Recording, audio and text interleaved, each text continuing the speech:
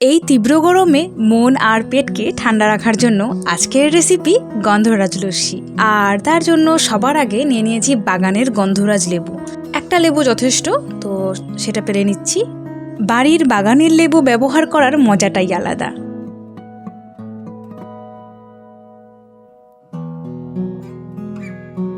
একটা লেবু পেরে নিয়েছি, সাথে নিয়েছি 3টে পাতা। 2টো পাতা আমরা লস্যিতে ব্যবহার করব আর একটা পাতা দিয়ে গার্নিশ করব। তো সবার আগে খুব ভালো করে ধুয়ে নিয়েছি আর এবার কেটে নিচ্ছি। আমরা মোটামুটি 400 গ্রাম দই ব্যবহার করেছি 4 জনের জন্য।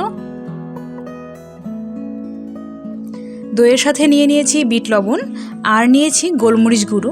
এবার লেবুটাকে খুব ভালো করে স্কুইজ করে দিচ্ছি।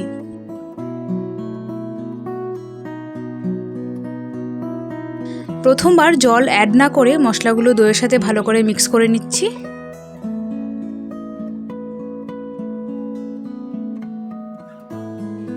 মিক্স হয়ে গেলে এইবার পরিমাণ মতন জলটা অ্যাড করে দিচ্ছি। এটা হচ্ছে টক মিষ্টি মেশানো সাদা দই। তোমরা যদি পিওর টক দই ব্যবহার করো সেক্ষেত্রে তোমাদের চিনি ব্যবহার করতে হবে। আমরা চিনিটা স্কিপ করেছি। এবার আমরা গন্ধরাজ লেবুর পাতা দুটোকে দিয়ে দিচ্ছি আর একটু ভালো করে ঘেঁটে দিচ্ছি। এতেই অনেকটা ফ্লেভার চলে আসবে। এবার গ্লাস নিয়ে নিয়েছি আর তাতে ঢেলে দিচ্ছি আমাদের গন্ধরাজ লেবুর এই স্পেশাল লস্যিটা। খুব অসাধারণ খেতে হয়েছিল আর গরমের দুপুরে তো পুরো জমে যাবে।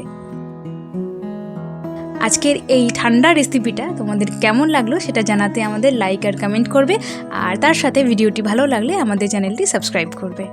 অনেক ধন্যবাদ ভিডিওটিতে পাশে থাকার জন্য।